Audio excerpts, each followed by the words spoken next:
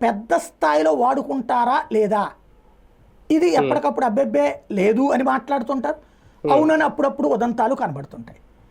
మనం ఏంటంటే యాక్టర్ల మీద ప్రేమ,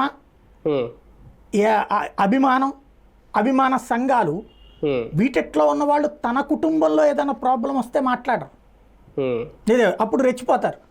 అదే ఇట్లాంటివి వచ్చినాయి అనుకోండి, అమ్మాయి క్యారెక్టర్ ఈ టైప్లో మాట్లాడతారు. అయితే ఇక్కడ అమ్మాయిలు ఆలోచించుకోవాల్సిన ఒక పాయింట్ ఉంది.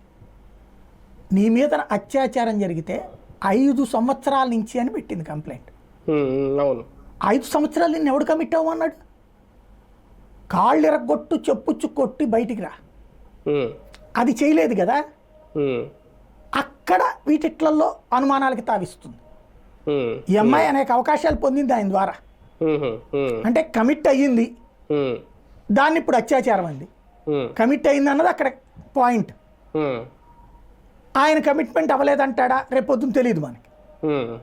అమ్మాయి చెప్పినటువంటి ఎఫ్ఐఆర్ పరంగా చూస్తే తనను అత్యాచారం చేసి లోపరుచుకున్నారు, అనేక సార్లు తనని అలాగే చేశారు, అంగీకరించినప్పుడు తలని గోడకేసి కొట్టారు, అట్లాగే మతం మారమని ఒత్తిడి తెచ్చారు, మతం మారి పెళ్లి చేసుకోమని చెప్పి.